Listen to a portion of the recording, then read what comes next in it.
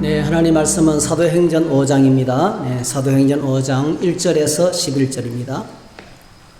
네, 사도행전 5장 1절에서 11절. 네. 네. 사도행전 5장 1절에서 11절. 어디서 귀뚜라미 소리가 들리는 것 같은데. 선풍기에서 나는 소리인가요? 네네. 네. 안 거슬리면 그냥 놔두시고, 거슬리면 끄시고. 네. 네. 귀뚜라미가요, 단백질이 엄청 많아요. 그래서, 귀뚜라미만 키워가지고, 그걸 분말로 만들어가지고요, 여러분 몸이 허약하신 분들은 그거 한 드셔보세요. 김천에 가면 그 농장이 있거든요. 귀뚜라미 농장. 우리나라 귀뚜라미 아니고, 이제 식용 귀뚜라미가 있어요. 그래서 보통 식품보다 단백질이 수백 배나 높아요. 그래서 아주 저도 좀 먹어봤거든요. 이걸 드신 어떤 목사님이 이 목사님 가면 화장실에 가면 표시가 팍 납니다 이러더라고요. 아주 그것 때문에 아주 건강을 되찾았다고 하신 분이 있어요. 네, 귀뚜라미네. 귀뚜라미 참 좋은 거예요. 네. 자, 네, 사도행전 5장 1절에서 11절 같이 읽겠습니다. 아나니아라 하는 사람이 그의 아내 삽비라와 더불어 소유를 팔아 그 값에서 얼마를 감추매 그 아내도 알더라. 얼마만 가져다가 사도들의 발 앞에 두니 베드로가 이르되 아나니아야 어찌하여 사탄이 내 마음에 가득하여 내가 성령을 속이고 땅값 얼마를 감추었느냐. 땅이 그대로 있을 때에 내 땅이 아니며 판 후에도 내 마음대로 할 수가 없더냐. 어찌하여 이 일을 내 마음에 두었느냐. 사람에게 거짓말한 것이 아니요 하나님께로다. 아나니아가 이 말을 듣고 엎드러져 혼이 떠나니 이 일을 듣는 사람이 다 크게 두려워하더라. 젊은 사람들이 일어나 시신을 싸고 메고 나가 장사하니라. 3시간쯤 지나 그의 아내가 그 일어난 일을 알지 못하고 들어오니 베드로가 이르되 그 땅 판값이 이것뿐이냐 내게 말하라 하니 이르되 예 이것뿐이라 하더라. 베드로가 이르되 너희가 어찌 함께 꾀하여 주의 영을 시험하려 하느냐. 보라 내 남편을 장사하고 오는 사람들의 발이 문 앞에 이르렀으니 또 너를 메어 내가리라 하니 곧 그가 베드로의 발 앞에 엎드러져 혼이 끝나는지라. 젊은 사람들이 들어와 죽은 것을 보고 메어다가 그의 남편 곁에 장사하니 온 교회와 이 일을 듣는 사람들이 다 크게 두려워하니라. 아멘. 아멘. 네. 오늘 이 말씀을 가지고 예수 그리스도의 공동체, 예수 그리스도의 공동체라는 제목으로 말씀을 나누겠습니다. 내용은 헌금에 관한 것인데 이것을 통해서 말씀하시는 것은 교회 이야기를 하고 있습니다. 헌금이 주제가 아니고요. 하나님의 교회가 어떤 공동체가 하나님의 교회인지 말씀하고 있어요. 그래서 아주 소중한 그런 본문입니다. 자, 우리는 지금 예수님께서 3년 동안의 공생애를 마치고 십자가에 죽으시고 부활하시고 승천하시고 며칠 만에 승천하셨어요? 네, 40일 만에 40일 만에 승천하셨습니다. 며칠 만에 부활하셨어요? 네, 사흘 만에 3일 만에 부활하시고 40여일 동안 계시다가 그러면 이제 3 더하기 40 더하기 얼마를 하면 50이 되겠어요? 그래, 일주일 후에 예수님이 십자가에 죽으시고 부활하시고 승천하신 다음에 7일 후에 약속하신 대로 성령을 보내주셨어요. 그래서 오순절 이 제자들이 예수님의 말씀을 붙들고 마가 요한의 다락방에서 120명의 제자들이 예수님이 승천할 때는 500여 명이 그 자리에 있었어요. 근데 다 떠나고 120명이 남아서 약속의 말씀을 붙들고 성령을 기다렸습니다. 네, 약속의 말씀을 붙들고 성령을 기다렸습니다. 오순절날 일주일 후에 성령이 오셨어요. 오전 9시. 그러니까 이른 아침에 성령이 오셨습니다. 이들이 성령이 오심으로 말미암아 다 성령으로 세례를 받고 다 성령 충만하게 돼서 예수 그리스도의 십자가 부활을 증거했는데요. 놀랍게도 그날 복음을 듣고 예수님을 믿는 사람들이 3,000명. 네. 이 베드로의 설교를 듣고 예수 믿은 사람들이 3,000명이 되고 또 5,000명이 되고 허다한 무리들이 엄청나게 많은 무리들이 그리스도인이 되었습니다. 그래서 이 땅에 그렇게 시작된 공동체가 예수 그리스도의 공동체인 교회입니다. 교회는 그렇게 이 땅에 시작했어요. 여러분, 교회는 꼭 기억하시기 바랍니다. 성령이 오심으로 말미암아 제자 훈련 받고 예수님을 따라다니고 그걸로 안 됐습니다. 그들은 늘 넘어지고 늘 헛다리 짚고 예수님과 같이 길을 걷고 있지만 동상이몽, 예수님은 십자가로 올라가지만 제자들의 마음에는 뭡니까? 이제 예루살렘에 올라가면 예수님은 십자가에 죽으실 생각으로 가득 차 있는데 제자들의 마음속에는 누가 한 자리 차지하느냐? 누가 한 자리 차지하느냐? 예수님이 성천하시기 직전에도요, 그들의 마음속에는 현실 문제밖에 없었어요. 이스라엘 나라의 회복 언제 독립하느냐는 거예요. 이렇게 식민지로 고통을 당하는데 내 문제가 너무나 어려운데 언제 이걸 해결받는다는 거예요. 제자들은 끝까지 현실 문제, 예수님은 뭐죠? 하나님 나라. 같이 길을 걷고 있지만 동상이몽이었습니다. 그런데 성령 받은 그들이 드디어 우리가 다 마음이 하나 되었어요. 할렐루야. 한 마음. 그 한 마음이 뭐죠? 예수 그리스도 안에서 한 마음이 된 거예요. 예수님의 마음이 그들의 마음이 되었어요. 할렐루야. 예수님의 비전이 그들의 비전이 되었어요. 예수님이 맺히던 그 하나님 나라가 그들에게 열렸어요. 비로소 하나님 나라가 보이기 시작하는 거예요. 그래서 이 땅에 하나님 나라의 거룩한 지점으로서 교회 공동체가 생겨난 것입니다. 2장에서 성령이 임하고 3장에서 나면서부터 안전병이 된 걷지 못하는 사람을 이제 기도하는 시간에 성전으로 올라가다가 이 평생을 구걸하면서 살아가던 이 나면서부터 못 걷는 사람을 발견하고 늘 봤던 사람이에요. 그가 평생에 거기 앉아 있었습니다. 이 사람 모르면 간첩이었어요. 근데 그날따라 그 사람이 눈에 들어왔어요. 다가가서 은과금은 내게 없거니와 나사렛 예수 그리스도 이름으로 일어나 걸어라 선포하니까 그가 일어나 그러며 걷기도 하고 뛰기도 하며 하나님을 찬양하면서 비로소 평생을 예배당 문 앞에까지 오다가, 그죠? 평생을 예배당 문 앞에까지 와다가 예배하면 못 들여보다가 자발적으로 큰 기쁨과 감격으로 사도들과 함께 신자들과 함께 솔로몬 행각으로 들어가서 하나님을 찬양하면서 예배를 드리기 시작했습니다. 할렐루야. 이런 역사.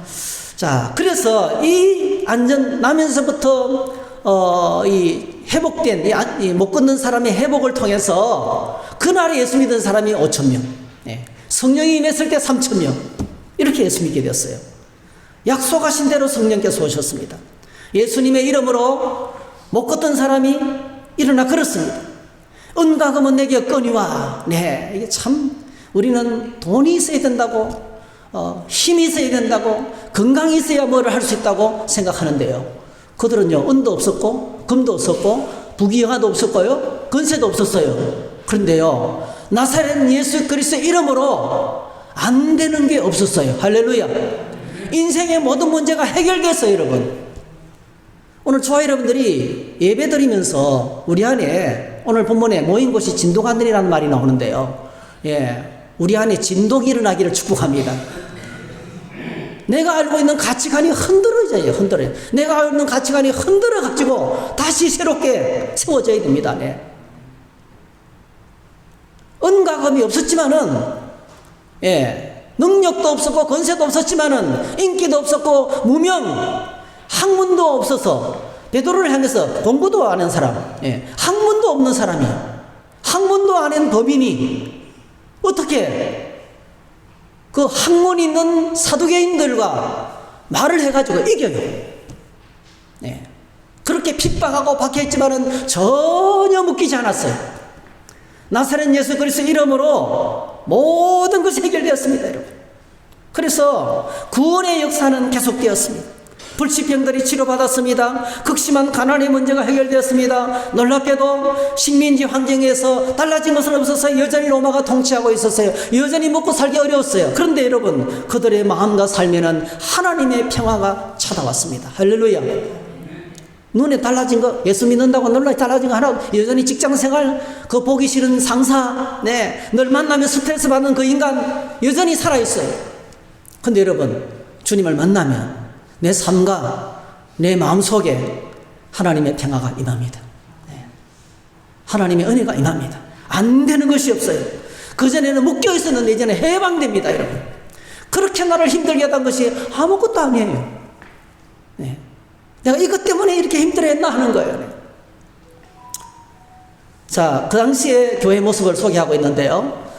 2장, 그들이 사도들의 가르침을 받아 서로 교제하고 떡을 떼며 오로지 기도하기를 힘쓰니라. 사람마다 두려워하는데 사도들로 말미암아 기사와 표적이 많이 나타나니 믿는 사람이 다 함께 있어 모든 물건을 서로 통용하고. 자, 이게 믿는 사람. 믿는 사람이 함께 모여 있는 곳이 뭐예요? 교회입니다. 자, 교회 가면 다 해결됐어요. 우리 집에 망치가 없으면 교회 가면 있는 집 빌려오면 되는 거예요. 이게 물건을 서로 통용하는 그겁니다. 또 재산과 소유를 팔아 각 사람의 필요를 따라 나눠주며 은혜를 받고, 여러분, 은혜를 받고 성령을 받고 나니까요, 우리 안에 가장 극복하기 힘든 것이 이기심이에요. 이기심. 이 이기심이 해결됐어요. 사람들은요, 지금도 무섭도록 자기중심적입니다. 옆에서 아무리 난리나고 어려움을 당해도요, 나만 평안하면 돼요. 그런데 여러분, 그 당시의 교회는요, 그러지 않았어요. 이기심이 극복됐어요. 자기 소유를 팔아서 필요한 사람에게 갖다 줬어요. 여러분, 오늘 저와 여러분들 집에 필요 없는 물건들이 얼마나 쌓이는지 아세요? 안서는 필요 없는 물건들이 너무 쌓여 있어요. 그런 물건들 있잖아요. 아이고, 혹시 이거 필요한 사람 없을까? 교회로 갖고 오세요. 그래서 혹시 이거 필요한 사람 있으면 갖고 가세요라고 나누세요. 이 히브리서에서는 나눔의 예배, 이게 하나님을 향한 예배라 그랬어요. 삭개오가요, 예수님을 믿고 난 다음에 제일 먼저 찾아온 변화가요, 그의 돈지갑이 회개했어요. 다른 사람에게 토색한 것이 있거나 잘못 빼앗은 것이 있으면 내가 4배나 갚겠습니다. 그리고 자신의 소유의 절반을 내놓고 가난한 사람에게 쓰라고 내놨어요. 삭개오에게 찾아온 첫 번째 변화예요. 진짜 예수님을 만난 사람들은요, 여러분, 그렇잖아요. 우리나라에 그 공항에 가면 자주 일어나는 일이잖아요. 그렇게 혼자서 엄마 없이 아빠 없이 살다가요, 드디어 미국에서 아주 막 엄청 부유한 가정에서 이 아이를 입양하게 되었어요. 여러분, 로버트 태권보이, 고아원에 있는 그 아들이요, 장난감을 소유할 수 있는 목숨 걸고 지켜야 돼요. 근데요, 미국에 있는 아빠 엄마가 편지를 딱 보내고, 이건 네 방이다. 그 아이가 있는 방에는요, 아이가 갈 방에는 세상의 독방인데요, 장난감으로 가득 찼어요. 레고부터 해가지고 온갖 종류의 인형들이 꽉 찼어요. 편지를 써서 엄마 아빠가 활짝 웃으면서 내가 오기를 기다리겠다. 우리는 이런 집에 살고 있다. 엄마 아빠 사진, 그 다음에 또 이제 자기 살 집, 아파트 이런 거 다 보여주면서, 그때 이 아이가 어떤 변화가 옵니까? 야, 자기가 그렇게 목숨 걸고 지키는 로버트 태권보이, 그냥 이거 네 해라. 나 이제 필요 없어. 할렐루야. 예수님을 믿고 하나님의 자녀가 되고 천국을 소유한 사람은 이렇게 너그러웠죠. 이 땅의 것 때문에 목숨 걸지 않습니다. 그래서 소유를 팔아서 나누어 줬습니다. 날마다 마음을 같이하여 성전에 모이기를 힘쓰고 집에서 떡을 떼며 기쁨과 순전한 마음으로 음식을 먹고 하나님을 찬미하며 또 온 백성에게 칭송을 받으니 주께서 구원받는 사람들이 날마다 더하게 하니라. 이게 초대교회의 최초의 교회의 처음 교회의 모습입니다. 처음 교회의 모습입니다.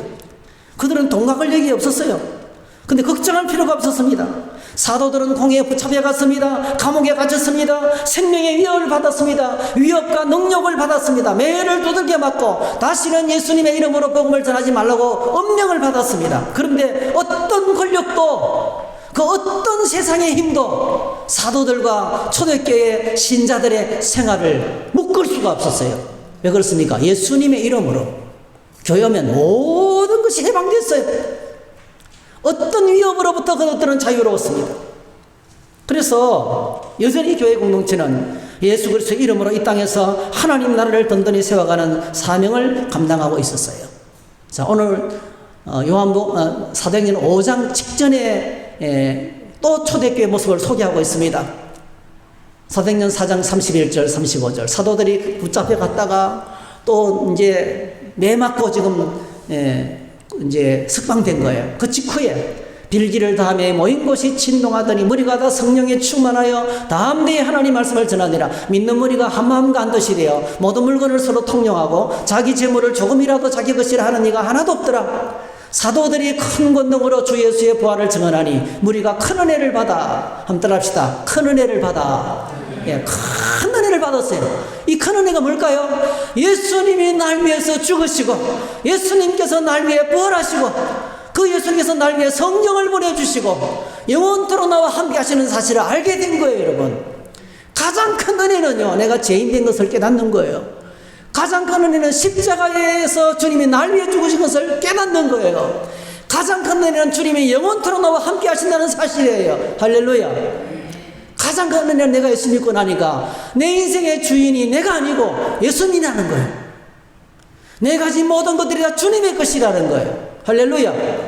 그래서 당연히 그 다음에 32절 믿는 무리가 한 마음과 한 뜻이 되어서 모든 물건을 통용하고 제 자기 재물을 조금이라도 자기 것이라 하는 자가 하나도 없더라. 이거는 바로 뭐죠? 큰 은혜 받은 결과예요.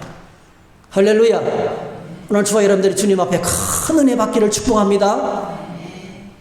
34절 그 중에 가난한 사람이 없으니 이는 밭과 집 있는 자는 팔아 그 판 것의 값을 가져다가 사도들의 발 앞에 두며 그들이 각 사람의 필요를 따라 나눠줍니다. 2장이나 4장이나 교회 모습은 똑같습니다. 자,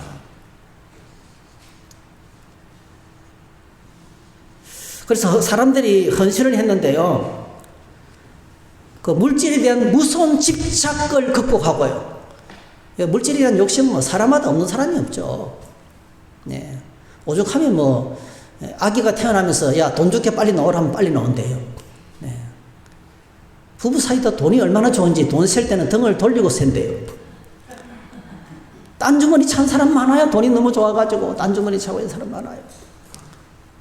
세상에 돈 앞에는요, 인정도 없고 뭐 의리도 없고 다 끝나는 겁니다, 여러분.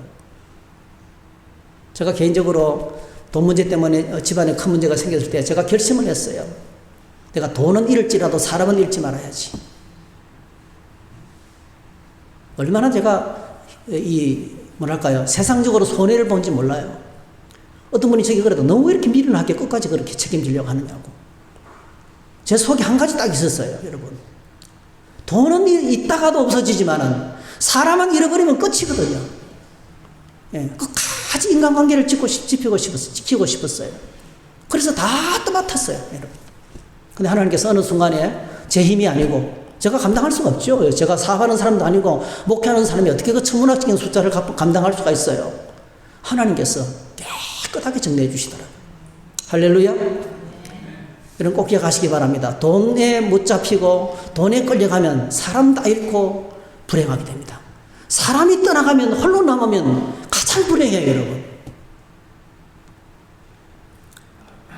그래서 자발적으로 하나님께 드린 거예요. 자, 그런데 이런 천국이 임하는 이런 기가 막힌 하나님의 공동체, 여전히 예수님의 이름이 왕노릇하고 있고 예수님은 십자가에 죽으시고 부활하시고 떠나가셨지만은 여전히 이 땅에서 성령으로 일하고 계십니다. 할렐루야. 예수님의 이름으로 안 되는 게 없었어요. 교회 오면 행복했어요, 여러분. 교회 오면요, 해결 안 되는 게 없었어요. 인생의 모든 문제가 됐다가 해결됐어요. 모든 불치병들, 모든 고통들이 다 떠나갔습니다. 모든 묶임에서 해방되었습니다. 교회는 가장 기가 막히고 행복한 코이노니아 장소였어요. 그래서 모이기를 힘썼습니다. 근데 이 천국 같은 교회에 문제가 생겼습니다. 여러분, 사탄은 두 가지 방식으로 교회를 뒤흔드는데 첫 번째로 외부의 박해입니다. 외부의 박해. 외부의 박해는 이미 사상에서부터 시작이 되었습니다. 그죠? 예, 관공서에 공권력이 개입해가지고 교회를 힘들게 한 거예요. 네. 여러분 꼭 기억하시기 바랍니다. 우리가 나라를 위해서 기도하지만은 이 세상 정권은 기독교 신앙에 항상 적대적입니다. 우리가 신앙생활 잘할 수 있도록 도와주는 정권 하나도 없어요. 꼭 기억하시. 이 세상의 권력은요, 권력 자체에 붙잡혀서 항상 하나님을 대적합니다. 시편 2편에 오늘 사도행전에서 핍박받는 교회가 기도했던 제목이 바로 그거예요. 세상의 군왕들이, 세상의 모든 권세자들이 왜 저렇게 난리 법석을 떠느냐, 하나님을 대적하는 거예요. 세상은 항상 거꾸로 갑니다. 하나님 뜻대로 가는 것이 아닙니다, 여러분. 역행하고 있습니다. 자, 외부의 박해, 끝없이 교회의 존재를 흔듭니다. 그 다음에 두 번째는 뭐죠? 내부의 문제입니다. 드디어 이 내부 문제가 오늘 터진 거예요. 내부 문제가 터진 것입니다. 이 두 가지 방법으로 교회를 무너뜨리기를 원합니다. 자, 5장에 보니까 오늘 우리가 읽은 본문에 보면 드디어 문제가 터지기 시작하는데 5장에 아나니아 삽비라 부부의 미션, 예, 거짓 사건, 아나니아 삽비라 부부 사건이 발생합니다. 이것은 큰 시험입니다, 여러분.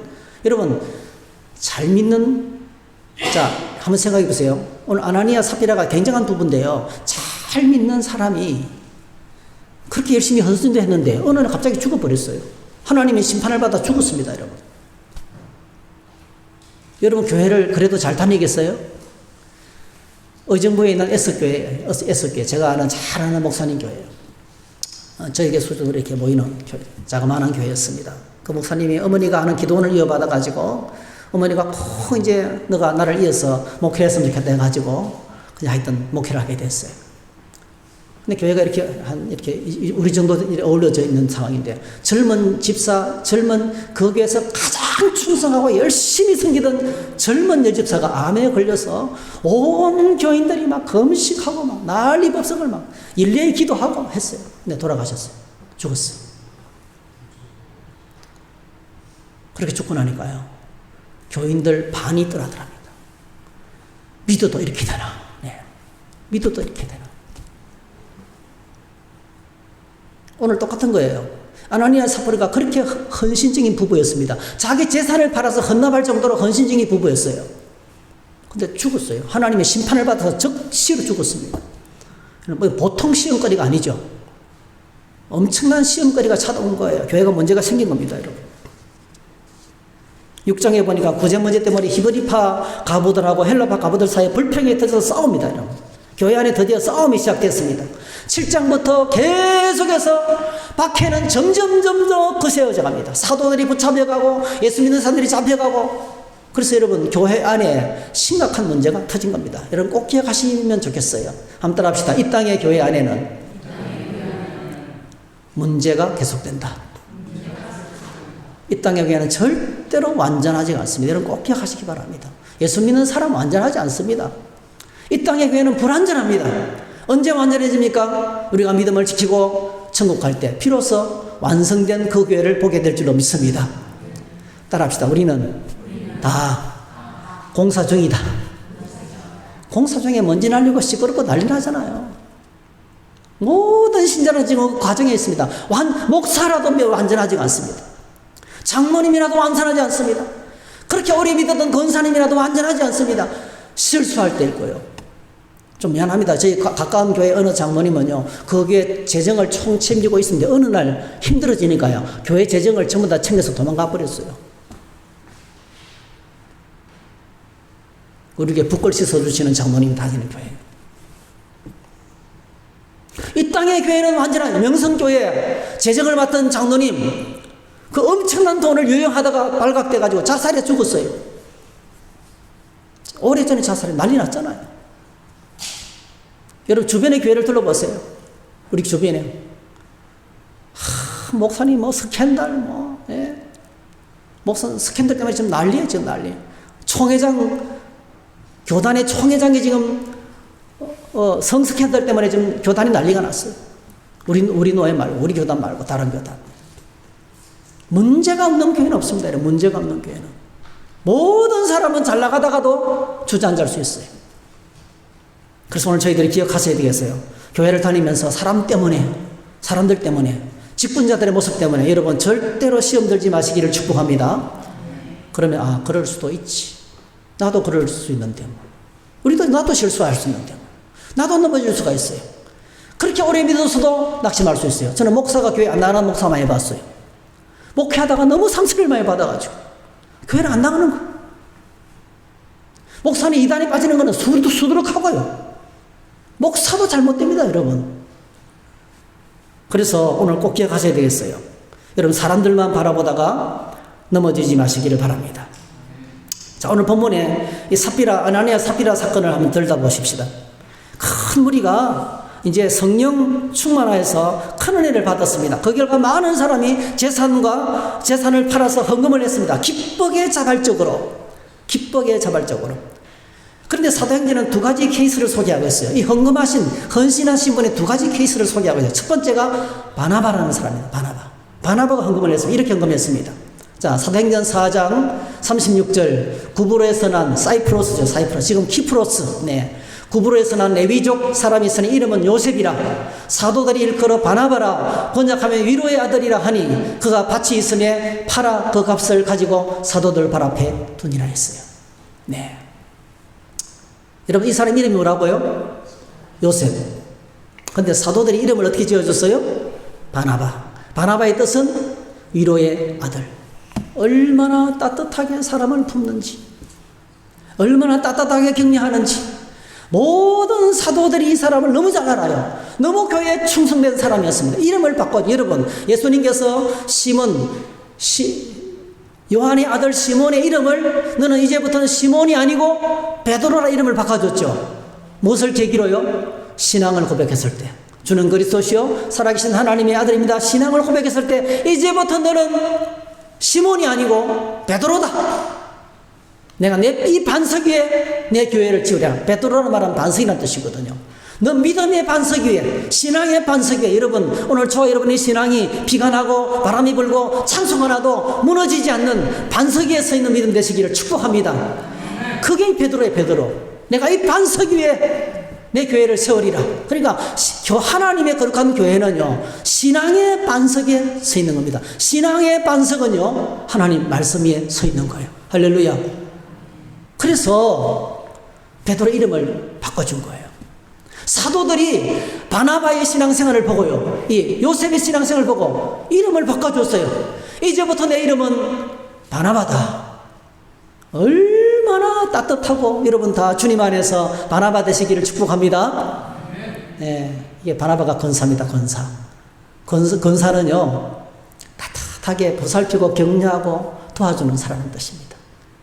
그 사람이 자다가면 어깨를 툭툭 두드리고, 아이고 고생하네, 너무너무 당신이 있어서 너무 행복해요. 할렐루야. 당신과 같이 신앙생활에 대해서 너무 기뻐요. 네, 그렇게 따뜻하게 품어주는 사람들. 이름을 바꿔줬어요. 자, 그런데 누가 있잖아요. 여러분 성경을 기록을 보면 누가 헌금하라고 강요한 적이 있나요? 한 번도 없었어요. 근데 3,000명, 5,000명이 막 어려움을 당한 사람이 교회 안에 몰려오니까 교회 안에는 도와줄 절실한 환경이 된 거예요. 그때로 밭이 있는 자가 그냥 자발적으로 팔아서 헌금한 겁니다, 여러분. 자발적으로 팔아서 헌금한 것입니다. 네. 자, 그 자리에 아나니아 삽비라 부부도 있었어요. 아나니아 삽비라도 큰 은혜를 받았어요. 할렐루야. 그래서 결단을 했습니다. 저도 밭이 있는데, 사실 이 본문을 보면요, 아나니아 삽비라도 밭이 많았어요. 그 많은 밭 중에서 하나를 파는 거예요. 원문은 정확하게 나와요. 많은 밭 중에서 한 밭대기를 팔았어요. 큰 은혜를 받았어요. 나도 바치겠습니다. 교회 앞에 박수를 받았어요. 할렐루야. 그러니까 이거는 공적으로 서원한 거예요. 그냥 한 게 아닙니다, 여러분. 나도 밭이 있는데 팔아서 한 밭대기 바치겠습니다. 할렐루야. 박수 친 거예요. 그리고 팔았습니다. 팔려고 하니까 뭐예요? 갑자기 아까운 생각이 들었던 거예요. 아이고, 이것도 팔면 우리는 어떻게 살아? 그 얼마를 감추고 바쳤어요. 그래도 굉장한 거죠. 헌금 안 하는 사람도 있는데. 안 하는 사람도 있는데요. 밭을 팔아서 바치니까요, 일부라도요, 50%를 바쳤어도 엄청난 거잖아요. 근데 헌금 들고 왔다가 바로 죽었어요. 하나님께서 바로 심판했어요. 하나님의 심판으로 바로 죽었습니다. 바로 그 자리에서 헌금하다가 바로 죽었어요. 이 사건은요, 인간적으로 생각해보면 엄청나게 하나님 도대체 이룰 수가 있습니까? 엄청나게 큰 시험거리가 될 수밖에 없습니다. 세 가지 뜻에서 첫 번째로는요, 공평하지가 않아요. 예수님을 십자가에 못 박았던 사람 바로 죽었습니까? 안 죽었습니까, 여러분? 예수님의 허리에 창을 찌르고 예수님의 십자가를 못 박았던 그 군인들 죽었습니까? 안 죽었습니까? 주여 저들의 죄를 용서해 주십시오. 자기가 지금 뭘 하는지 모르고 있습니다. 예수님께서 용서해 주었어요. 예수님을 십자가에 바로 못 박았는데도 안 죽였어요, 하나님께서.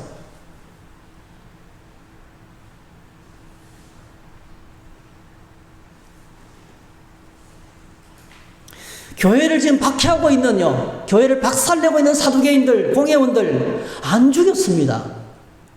그냥 하나님께서 오래 참고 계시는 거예요.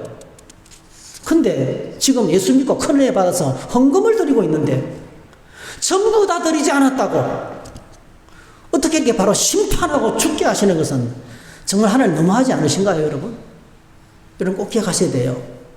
이 인간적인 생각이요, 우리를 무너지게 만듭니다. 인간적인 생각이 우리 신앙을 무너지게 만든다고요, 여러분.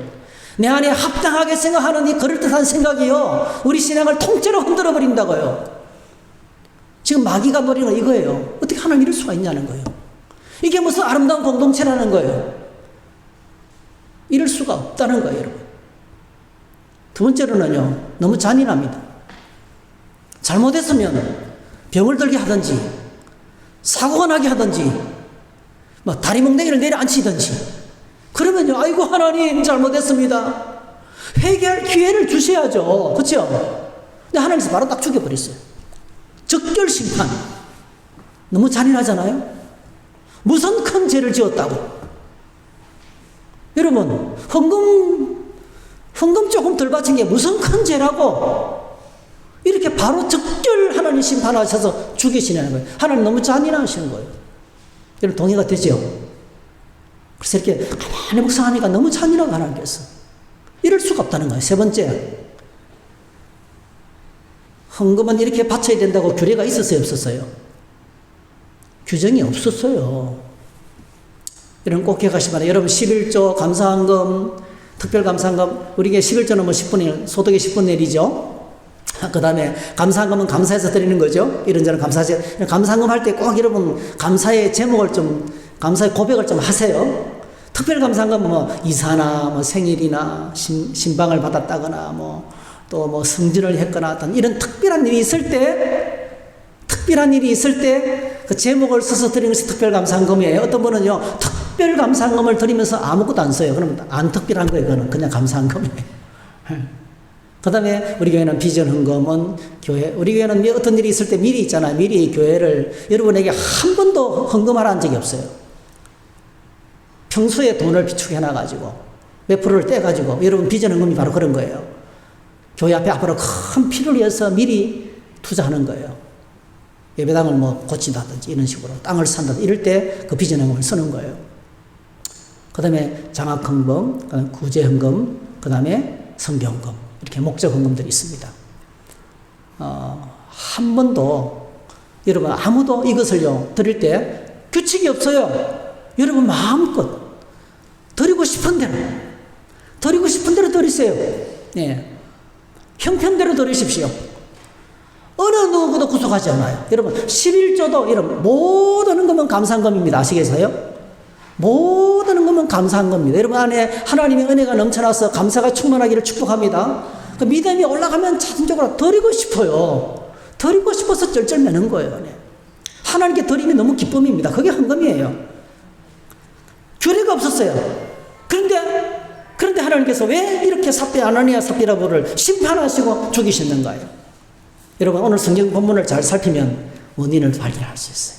성경을 잘 살피셔야 돼요. 읽고 또 읽으셔야 돼요. 하나님 왜 그렇습니까? 왜 이렇게 죽이셔야만 했습니까? 물으셔야 돼요. 자, 오늘 본문에 보니까 여러 가지 단어들이 등장하는데요. 단어를 먼저 이해하셔야 되겠어요. 아나니아라는 말은요, 하나님의 은혜를 입은 사람이라는 뜻입니다. 이름 너무 좋죠? 아나니아라는 말은요, 하나님의 은혜를 입은 사람, 하나님께 은총을 받은 사람, 기가 막힌 이름입니다. 이 이름이요, 사도행전에 여러 번 등장해요. 여러 번. 5장이 나오고요. 9장에 사울이라는 청년이 예수 믿는 사람을 잡아 가두기 위해서 다메섹으로 가다가 예수님을 만납니다. 눈을 앞을 보지 못하고 금식하면서 회개하면서 기도하고 있는데 하나님께서 아나니아에게 네가 가서 저 사람에게 안수하고 내가 전할 말을 전해라. 그때 여러분 이 아나니아가 하나님의 메시지를 갖고 그 잔인한 흉악무도한 살떨리는 일을 했던 살기등등한 바울 사도죠. 찾아가서 기도하고 축복하는 사람이 아나니아입니다. 17절에 보니까 아나니아가 떠나 그 집에 들어가서 그에게 안수하여 이르되 형제 사울아 주곧 내가 오는 길에서 나타나시는 예수께서 나를 보내어 너로 다시 보게 하시고 성령으로 충만하게 하신다. 내가 하나님이 나를 내게 보낸 것은 너로 하여금 16절 예수님의 이름을 위해서 고난을 받고 15절 이방인과 임금들과 온 땅의 모든 사람을 위해서 하나님이 쓰임받는 그릇으로 내가 너를 선택했다는 거예요. 이 사명과 미션과 비전을 전달한 사람이 누굽니까? 경건했던 아나니아 사람이었어요. 하나님의 사람이었습니다. 그리고 사도행전 22장에도 나오고요. 사도행전 26장에 보면요. 23장에 보면 자 보세요. 바울을 재판하는 대제사장 이름이 뭐예요? 아나니아예요. 그러니까 아나니아라는 이름은요. 보통 이름이 아니에요. 굉장히 인기 있는 이름이었고 이 이름으로 많은 사람이 있었다는 거예요. 하나님의 은혜를 입은 사람. 여러분 주님 안에서 하나님의 은혜 가운데 살아가는 인생 되시기를 축복합니다. 아나니아 참 좋은 이름이에요. 삽비라는 더 좋아요. 와, 어제 깜짝 놀랐어요. 보석처럼 아름다운 이런 뜻입니다. 여러분 주님 안에서 다 삽비라 되시기를 축복합니다. 예, 보석처럼 아름다운 이런 뜻을 가지고 있습니다. 네. 그러니까 너무나 좋은 이름을 가지고 있어요. 오늘 저와 여러분들에게 세상의 것으로 값주고 살 수 없는 돈으로 청량할 수 없는 아름다운 이름을 주셨어요. 그게 성도란 이름입니다. 성도. 여러분 하나님께서 오늘 저와 여러분들에게 성도의 이름을 주셨습니다. 그리스도인이라는 이름을 주셨습니다. 오늘 저와 여러분 하나님의 자녀라는 이름과 직분을 주셨습니다. 이것보다 아름다운 이름은 없는 거예요. 네. 그 다음에 우리가 눈여겨봐야 될 단어가 있는데요. 그게 감추다는 겁니다. 감추다. 자, 아나니아 삽비라가 돈 일부를 감췄다 했죠. 이 감추다는 말은 헬라가요. 노스피조라는 뜻입니다. 노스피조. 이거요. 정확한 의미는 착복하다, 공금을 횡령하다, 떼어먹다 이 뜻입니다. 그러니까 이 말은 무슨 뜻입니까? 지금 아나니아 삽비라가 판 값은 이미 교회 앞에 공적으로 바치기로 약속한 것이라는 거예요. 이건 공적인 돈이라는 거예요. 이걸 뭐죠? 떼먹은 거예요. 이걸 숨긴 겁니다, 여러분. 똑같은 단어가요. 여러분, 구약 성경 히브리어를 헬라어로 번역한 성경책을 있는데, 그게 바로 70인역이라고 해요. 70인역. 그 70인역에 보니까 똑같은 단어가요. 여호수아서에 나옵니다. 여호수아서. 여러분이 아시는 것처럼 이스라엘 백성이 드디어 450년 만에 아브라함에게 약속하신 그 땅을 드디어 광야를 지나고 홍해를 건너서 호렙산에서 하나님을 만나고 그리고 40년 동안 방황을 끝내고 드디어 여호수아, 모세는 죽고 여호수아가 새 리더가 되어서 요단강을 건너고 네 그리고 첫 성 여리고성을 정복하기 위해서 뺑뺑 도는 거예요. 하루에 한 바퀴씩 도는 거예요. 마지막 날 몇 바퀴 돌았어요? 7바퀴 돌았어요. 그리고 어떻게 해요? 소리를 와 질렀어요. 그랬더니 놀랍게도 여리고성이 밖에서 안에서 밖으로 무너지면 이스라엘 백성이 다 죽잖아요. 근데 놀랍게도 이 이중성벽이 그 성벽에 집을 짓고 사는 사람이 있어요. 그게 기생나합의 집이거든요. 성벽에 집을 짓고 사는 사람이 있을 정도로 엄청나게 넓은 그 성벽이 이중성벽이 밖에서부터 안으로 무너져 내렸어요. 완전히 그냥 폭삭 가운데 무슨 지진이 나가지고 내려앉는 것 같아요. 그래서 대승리를 거두었습니다. 이 전쟁을 치르면서 하나님께서 여호수아를 통해서 규례를 선포합니다. 이 성에서 난 모든 첫 번째 승리로 말미암아 얻은 모든 전리품들은 그러니까 모든 것은 딱 그러니까 기생 나합을 제외하고는 모든 사람을 다 진멸해서 하나님께 바치라는 거예요.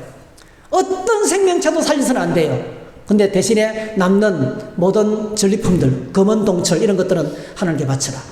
이렇게 자 모든 것들은 하나님께 바쳐라. 6장 17절에서 19절에 하나님께 바치라고 선포했습니다. 이게 바로 첫 열매죠. 이게 11조예요. 11조. 이게 에덴 동산의 선악과예요. 다 따먹지만 이건 손대지 마라. 하나님 거다. 첫 번째 성의 첫 열매는 하나님 것이다. 오늘날 첫 직장에 들어가서 첫 월급 받을 때 이 첫 월급을 하나님께 바치는 사람이 많지 않아요. 여러분 그런 기회가 되면 그렇게 했으면 참 좋겠습니다. 하나님이 직장을 주셨으니까 첫 열매 이건 내 것이 아니고 하나님 것이다 바치면 참 좋겠어요. 믿음으로 드리는 거죠. 자 어쨌든 간에 하나님께서 명령하셨는데요. 이 명령을 어기고 감춘 사람이 있어요. 그 사람이 누구예요? 아간. 한 사람이 아무도 모르게 딱 숨겼어요. 뭘 숨겼습니까? 뭘 숨겼어요? 외투 한 벌, 은 200세겔, 500세겔 되는 금덩이를 감추었어. 근데 결과가 어떻게 됐습니까? 그 다음에 작은 성 아이, 조그마한 성을 공격하는데 이스라엘 백성이 대패하며 수많은 사람이 죽습니다. 난리가 난 거예요. 하나님 왜 이렇게 어째 이런 일이? 알고 보니까 뭐예요? 이 아간한 사람의 범죄로 말미암아서 하나님께서 진노하신 거예요. 그래서 이스라엘 공동체 전체가 큰 위기를 만나는 거예요. 한 사람의 범죄가, 아간한 사람의 범죄가 배 밑구멍에 구멍을 내는 것과 같은 거예요. 다시 말씀드리면 여러분 생각해 보세요. 하나님께서 애굽 땅에서 노예 생활하던 400년 동안 종살이한 그들을 끄집어내서 어떻게 끄집어냈습니까? 엄청난 대가를 지불하고 어린 양의 죽음을 통해서 수많은 사람의 희생을 통해서 홍해를 건너고 40년 동안 그들이 얼마나 많은 사람이 죽어나갔어요. 엄청난 대가를 지불하고 드디어 끄집어내서 하나님이 약속하신 땅에 그 광야에서 방황하던 그들, 전셋집, 월셋집을 전진하는 그들에게 이제는 뭐죠? 집 짓고 평안하게 살 수 있는 땅으로 하나님께서 인도하시는데요. 그 땅에 들어가서 첫 번째 승리를 거뒀어요. 근데요, 그때 누군가가 이제 막 새로 탄생하는 이 가나안 정착교회가 송두리째 전멸하도록, 예, 배 밑구멍에 구멍을 뚫는 싹이 막 지금 올라오는데 그 싹을 깔아먹는 벌레처럼 한 사람이 하나님 앞에 감추었던 거예요. 그래서 결국은 뭐죠? 이 아간을 차단내고 제비뽑기를 통해서 차단내고 그의 온 가족들이, 네, 그의 온 가족들이 전멸합니다. 그의 일가족, 그가 가진 모든 재산들 골짜기로 끌려가서 돌로 쳐서 돌무더기를 만드는데 그 골짜기의 이름이 아골 골짜기예요. 여기에 감추었다는 단어가 똑같은 단어예요. 이 똑같은, 스피조마이 똑같은 단어를 쓰고 있다는 거예요. 예, 여러분 오늘 그러자 여호수아 7장에 보니까 여호와의 맹렬한 진노가 그치게 되었다. 그리고 그 다음부터 이스라엘 백성이 전쟁에 승리하게 됐다는 것입니다. 이제 본문을 보십시다. 아나니아 삽비라 부부가요, 큰 은혜 받았습니다. 큰 은혜 받았습니다. 교회 앞에서 밭을 팔아서 헌금을 하고 공파고 박수를 받았습니다. 근데 원문을 보면 여러 밭 중에서 한 밭을 팔았습니다. 약속대로 전부를 바치지 않고 일부를 바쳤어요. 자, 헌금을 들고 들어오는 아나니아 삽비라 부부를 보고 베드로가 선포합니다. 베드로의 선포를 보면 우리가 읽었어요. 자, 읽지 않겠어요? 사탄이 내 마음에 가득하여. 이거 무슨 뜻 말입니까, 여러분? 사탄이 원하는 게 뭡니까? 사탄은 이제 막 성령 받아서 말씀 충만하고 이제 지금 교회가 지금 형성돼가는 초기잖아요. 교회에 예쁜 싹이 지금 올라오고 있는 상황이잖아요. 근데 이 싹을 통째로 깎아먹으려는 사단의, 교회를 통째로 무너뜨리는 사단의 두 가지 전략. 하나는 뭡니까? 외부의 박해. 박해가 이미 시작되었어요. 근데 하나님께서 박해를 이길 수 있는 성령의 은혜를 부어주셨어요. 근데 내부에서 썩어 빠진 이 부패가 진행되는데요. 그러니까 이 말은 뭐냐면, 이 아나니아 삽비라 부부가 합의해가지고 인간적인 일을 꾸미고 있는데 이건 뭡니까? 그냥 일이 아니고 사탄의 전략에 교회를 무너뜨리려는, 교회를 통째로 무너지게 만들려는 사탄의 전략에 이용당하고 있다는 거예요. 사탄이 내 마음에 가득하여. 여러분 꼭 기억하시기 바랍니다. 우리 마음에 사탄이 생각을 집어넣을 때, 이거 사탄이구나, 사탄의 생각이구나, 그걸 알아차리기를 축복합니다.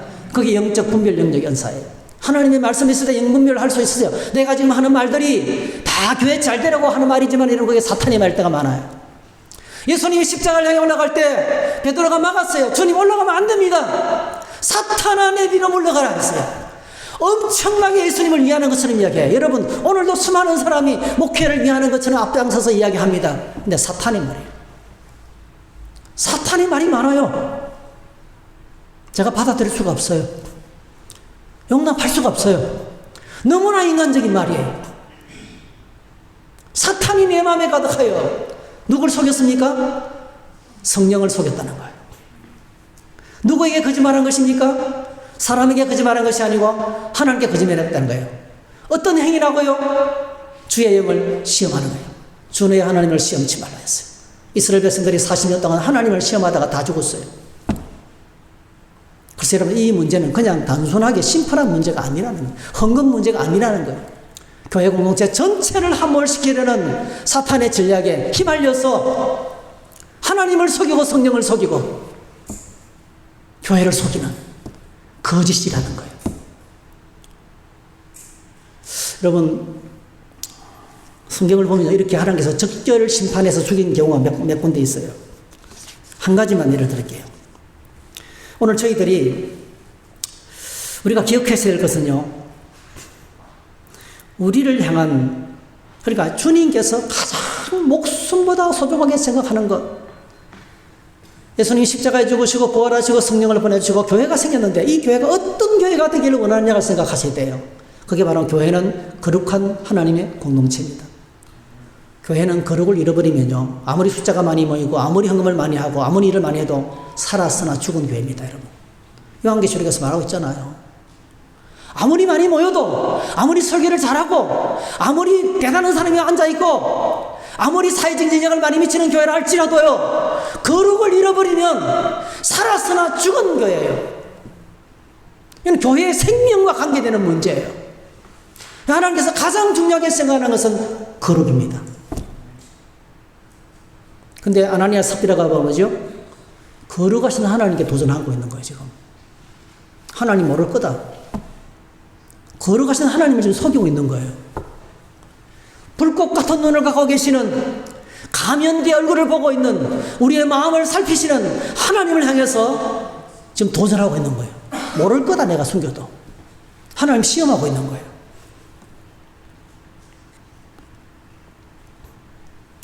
여러분, 레위기 10장을 보면 아론의 아들 나답과 아비후가 제사를 지내다가 첫 제사. 제사장이 처음으로 지내는 제사예요. 실수할 수 있죠. 처음으로 하는 건데요. 근데요, 불이 뭐 시원찮으니까 다른 불 가져와라 해서 다른 불로 번영하다가 불이 제단에서 나와서 바로 그 자리에서 새까맣게 태워 죽어버렸습니다. 그러니까 성소에 화재가 사건이 난 게 아니고요, 제단에서 불이 나와가 이 사람만 딱 죽인 거예요. 아들 둘이 처음으로 제사를 가다가 조금 실수한다 해가지고 하나님께서 바로 죽여버린 거예요. 자, 그때 여러분, 이 두 아들의 아버지 아론이 가만히 있겠어요? 하나님 정말 이럴 수가 있습니까? 처음으로 하다가 실수했는데 이렇게 죽일 수가 있으면 누가 제사장 할 수가 있겠습니까? 나 제사장 안 해. 옷 보고 저 같으면 소리 지르면서 나올 거예요, 저 같으면요. 이렇게 아론이 막 이까지 막 화가 나가지고 막 올라오는데 모세를 통해서 하나님께서 말씀하십니다. 나는 나를 가까이 하는 자 중에 내 거룩함을 나타내겠고 온 백성 앞에서 내 영광을 나타내리라. 아멘. 하나님께서 뭘 요구하세요? 나를 가까이 하는 제사장들이 거룩하지 않는데 어떻게 저 백성들이 하나님께 예배를 드리겠냐는 거예요.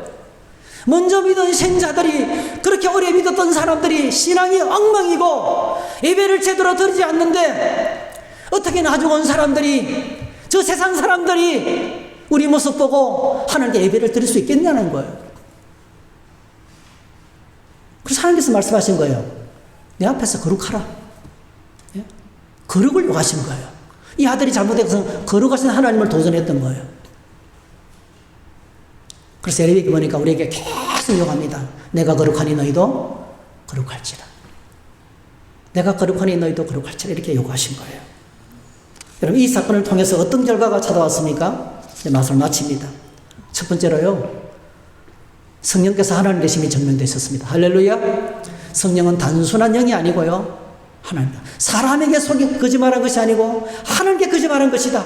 성령이 하나님이신 것이 증명이 되었습니다. 여러분, 꼭 기억하시기 바랍니다. 성령 하나님은 우리를 도와주시고 우리 마음에 소원을 주시고 우리를 인도하시지만 우리 종이 아닙니다. 하나님이십니다. 성령 하나님을 모시고 사시기를 축복합니다. 성령께서 말씀하시면 무시하지 마시기 바랍니다. 여러분, 성령의 음성을 두고 무시하지 마시기 바랍니다. 그냥 따라가면서 기쁘게 순종하시기를 바랍니다. 예, 그게 신자입니다, 여러분. 그 다음에 두 번째로 다시 예수 그리스도의 이름이 회복되는 공동체로 회복이 됩니다. 교회가 완전히 원래 교회로 회복이 됩니다. 이 문제를 처리하고 나니까 여러분, 교회 안에 인간의 욕심과 거짓과 위선이 들어오려다가 큰 위기를 만났습니다. 교회 위기는 교회의 주인이 예수 그리스도이신데 예수 그리스도 대신에 다른 것이 그 위에 올라가는 거예요. 지나다 보니까 어느 교회는요, 돈이 교회를 이끌어가요. 돈이 있으면 일하고 돈이 없으면 일 안 해요.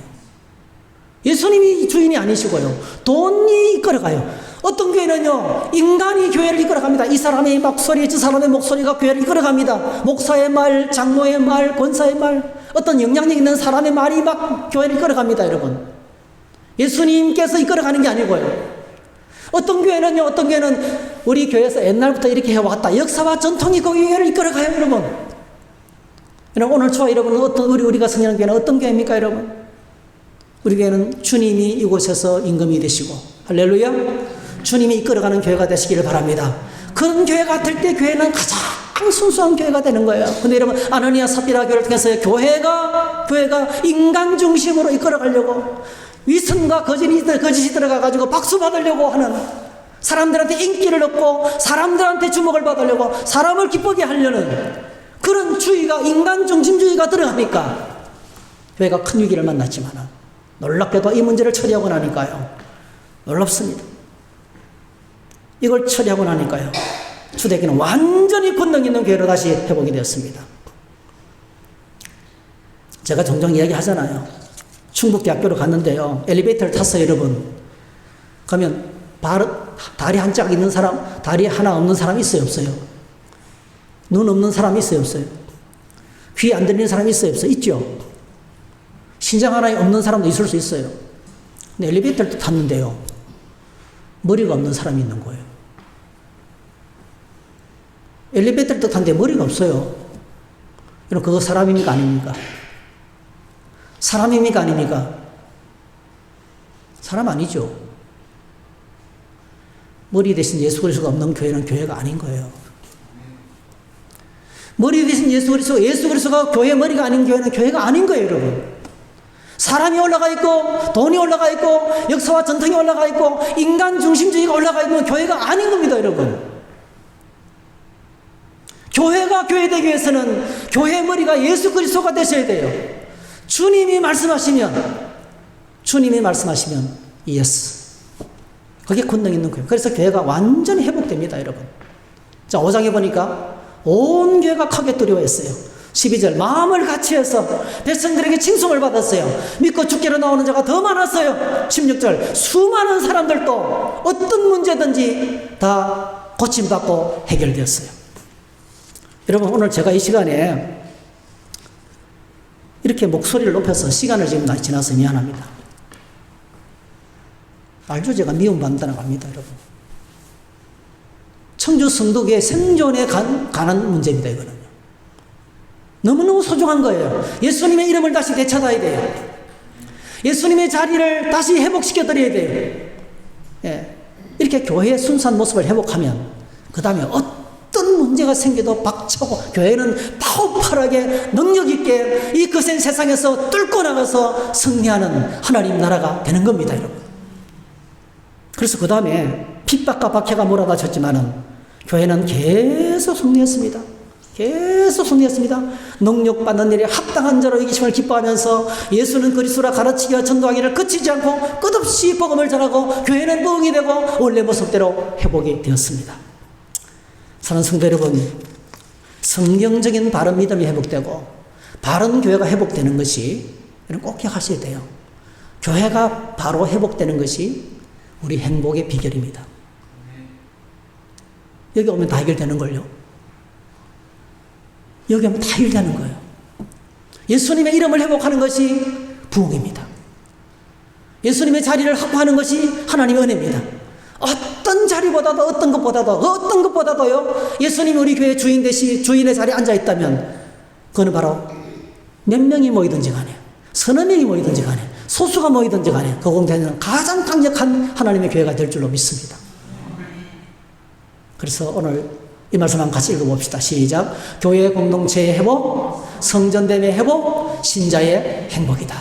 그래서 교회가 회복될 때 내 삶의 모든 문제가 다 해결되고, 그래서 우리가 진짜 행복한 삶을 살아가게 되는데, 이런 행복한 교회를 함께 저와 여러분들이 세워가기를 주의 이름으로 축복합니다. 네, 오늘